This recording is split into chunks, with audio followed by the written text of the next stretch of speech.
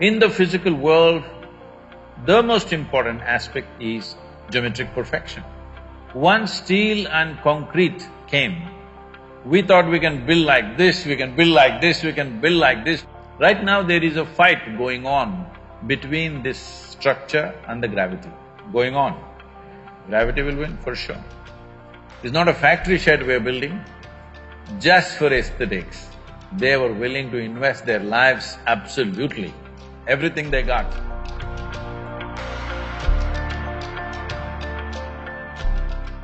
Namaskaram, Sadhguru. So my name is Jasvika Sahu. I would first like to really give a warm welcome to you from the JJ campus on behalf of the students.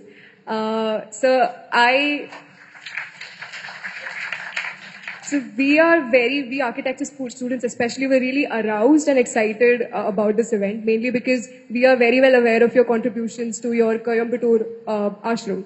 So my question is a bit along the academic lines. We as architecture students have always been taught to build in the context, to look at the culture wherein your site is, or wherever your project is going to be built. But now, when I see today the world, in India especially, urbanization is basically blind westernization, where we simply build glass boxes, which we know and understand that does not suit to the climate or the context of India. So my question is that we as Indians have not yet figured out what India's modern architecture is about, while we simply copy the Westerners. So what do you think should be India's modern architecture? Why we copy the West, not just in architecture, in just everything. I see a whole lot of women in Mumbai have turned blonde.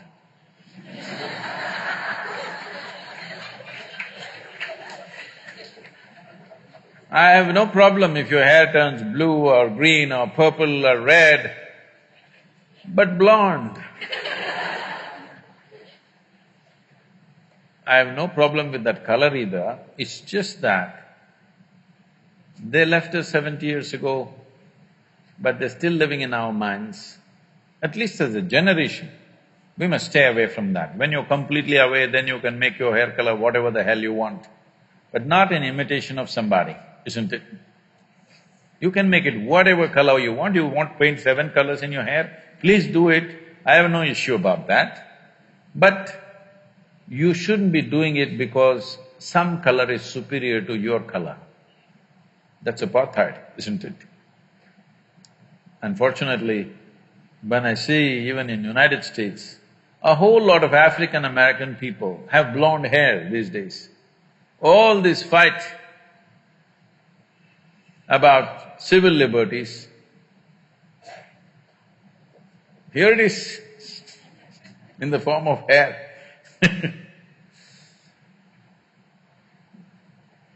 What you like you can do, but you are not doing what you like. There's a compulsiveness about doing certain things. So this compulsiveness has definitely come to architecture also. I'm glad to see that at least in this school, after many universities that I've been to, this is the first one they're able to sit on the floor.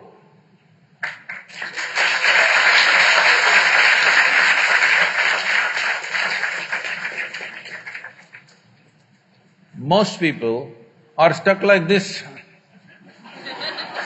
you know. See, I can't sit without a chair, or I can't walk without a crutch. Is it very different, I'm asking? In some way you crippled yourself, isn't it? What are you going to do if I leave you in the forest? How are you going to shit, I'm asking? Yes. Because people think there is some kind of fashion in crippling yourself. So this has gone into every aspect of our life and architecture. What to say of… See, if you look back at ancient India, what aesthetics! I'm sure you're all students of… many of you are students of architecture, or even if you're an artist, you notice many things. This is my problem.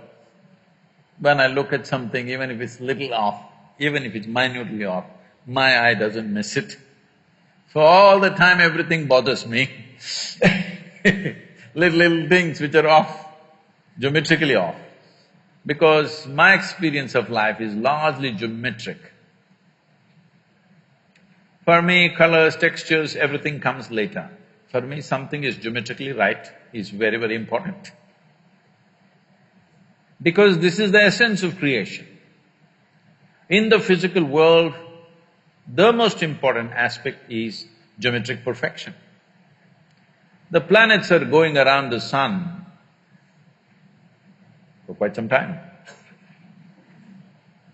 not held together by a steel cable or something. Geometric perfection is keeping it going, isn't it? If the geometry goes off of this solar system, that's the end of it. It'll all fly into oblivion. So geometry is very important. In the yogic sciences, the entire yogic sciences on the physical level is just about aligning your geometry, your individual geometry, to the cosmic geometry so that at some point there is no difference between you and the cosmos. You experience everything as yourself simply because you have attained to a certain level of geometric perfection. It's not just in the body, in your physiological structure, yes, but in your chemical structure, in your energy structure, you get your geometry aligned with the larger geometry so that you and that larger phenomena feels just the same because they're properly aligned. A machine, let's say an engine, let's say a car engine, if we say it is well engineered, essentially we are saying it's geometrically perfect. Yes or no? It is geometrically so perfect, there is least amount of friction. The same goes for this. If it is geometrically perfect, there is least amount of friction. If there is least amount of friction, there is very little wear and tear in terms of life. So architecture is dwellings and usable buildings that we build. In some way, they must find their place with the rest of the creation. I think we've lost this completely simply because we got certain liberty with material. Once steel and concrete came, we thought we can build like this, we can build like this, we can build like this, whichever way we want because of the strength of the material. Doing things with just sheer force is all right sometimes for utility. But if you do everything like that, your life will become ugly. Not only the building, your life will become ugly because you're doing things with force. Life is beautiful when we can do things with minimum force and maximum impact. Yes or no? Anything that we do it with minimum force but with maximum impact, then life feels aesthetic and beautiful. If you exert maximum force for minimum impact, that's a crude way to live. So our architecture has taken to this mode simply because we found material where the strength of the material is such, we can do absurd shapes and still make them stand. Something which has no right to stand up geometrically is standing up simply because of the strength of the material. If we withdraw from that excitement of finding new material to more sensible geometry in the world, well, you will see world will feel much better. People will be much healthier physically and mentally if they live in such buildings. There'll be many other benefits. Above all, you will cause minimum disturbance to everything around you. So, when we started designing buildings, now everybody is in appreciation and in agreement, but when I first started talking about it, our own people who are around me, they look at me like this, and once I turn back, they roll their eyes at each other, is he gone crazy? it's not that I have a rear view mirror, they don't understand this. But it took a lot of talking and talking and talking and talking endlessly to make them understand that it'll work.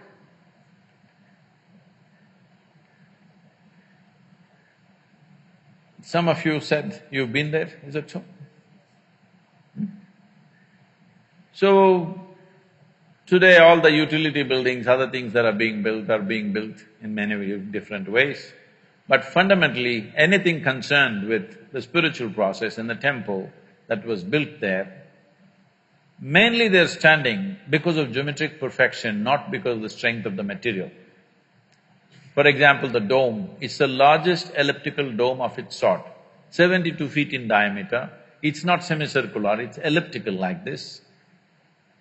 And there is no cement, there is no concrete, there is no steel.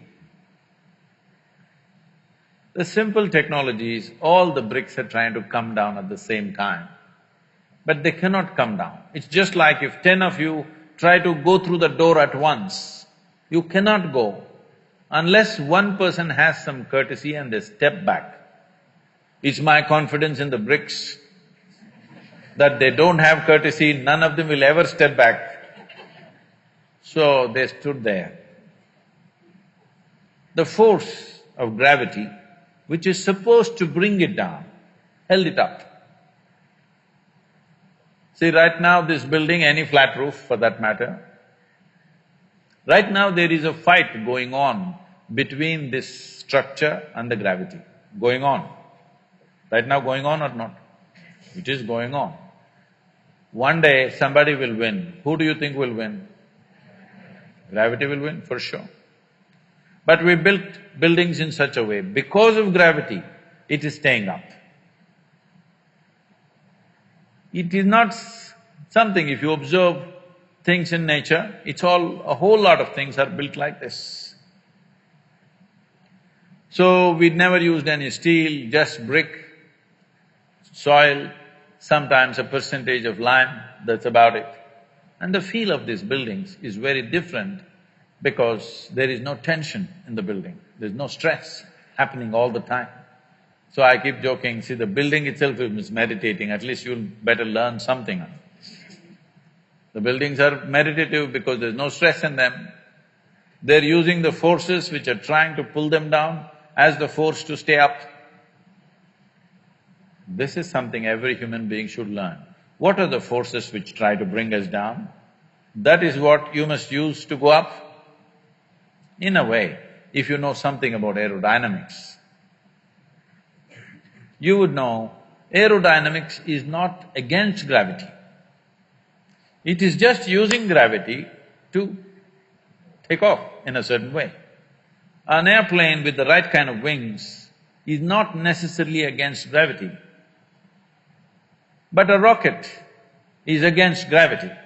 It's just the kind of thrust it has is like a forceful way of getting away. But an airplane is not made like that. Simply, it's carrying tons and tons, you know. It doesn't matter how many times you have seen an airplane land and take off, you can still go on watching because there is something amazing about it, that some 120 tons simply takes off and flies. If it is… see, there are two kinds of flying machines, there are rotary wing machines and there are fixed wing machines. That is, fixed wing airplanes and the helicopters. A helicopter is taking off with sheer force. If you don't know this, I'm a licensed helicopter pilot. So, helicopter when you fly, moment to moment you have to keep it flying. But when you fly an airplane, all you have to do is take off and just leave it. Landing you must know unless you're a Bin Laden pilot. Landing you have to learn. Those guys didn't want to learn landing they are different. But it's only the landing which is really the challenge, rest of it is just child's play. Actually, if you put a 10-year-old boy, he will make a 747 takeoff. Only landing is a problem. But landing today, machines are doing better than human beings. I will, like when I'm flying this Air India from Mumbai to New York, 3, 4 times in a year.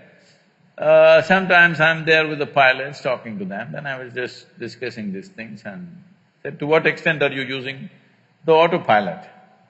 He said, Sadhguru, we feel ashamed in front of you to say this, but she lands better than us. You just let it lands by itself. It has all the data, how Mumbai airfield is made. If you just set it and sleep, it will land. People are talking about driverless cars, that's never going to happen in Mumbai traffic. But a pilotless airplane is very much a doable thing. It's only people's fear you have to manage, that the airplane is flying without a pilot, you have to manage the passengers. That's the only problem. Otherwise, it's very easy to make a pilotless airplane. A lot of pilots are sleeping. Now by law, if the flight is more than some 4 hours or so, a pilot can sleep for 40 minutes or 50 minutes, something. There is a law now that they can actually officially sleep. Because it's a big sky, it's not going to hit anything. Why I'm saying this is, the same goes for buildings. You can make the building either come up like with some exuberance, or it's standing like a depressed person. This is something… suppose you see a building like a human being. Do you want to look at their face or you want to avoid their face? That's how a building should be. If you look at their face, you must feel joy. How? Essentially, it's a geometric manipulation. How geometrically perfect it is will give that much sense of completeness to people when they visually see it, because the human eye is one eye on the planet which catches the maximum amount of detail. Because it catches so much detail, most important part of any physical structure is geometry. And some people can consciously catch it, others unconsciously react to it. They like it or they don't like it, that's all they know. But some people can consciously see, okay, this is the reason why it feels like this. So when it comes to architecture, it should not be in terms of European, Indian, this, that. These styles are established at a time when materials were limited, all right? The material available was so limited in those regions, accordingly they structured it, and most of the time everybody copied one architect in that area and that became the culture. That need not be the future of Indian architecture, but India having a history of tremendous aesthetics, and if you go to the ancient temples, you must come to the south because North India, most of the temples, the ancient temples are all gone. The new ones that they have built is all put up in a hurry. When they got a chance, they put it up like, you know, how they put up Ramlala, suddenly in 2 days, like that.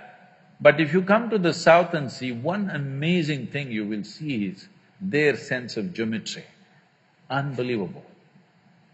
How they arrived at this sense of geometry, 1,000 years ago, 2,000 years ago, absolute geometric sense in their mind.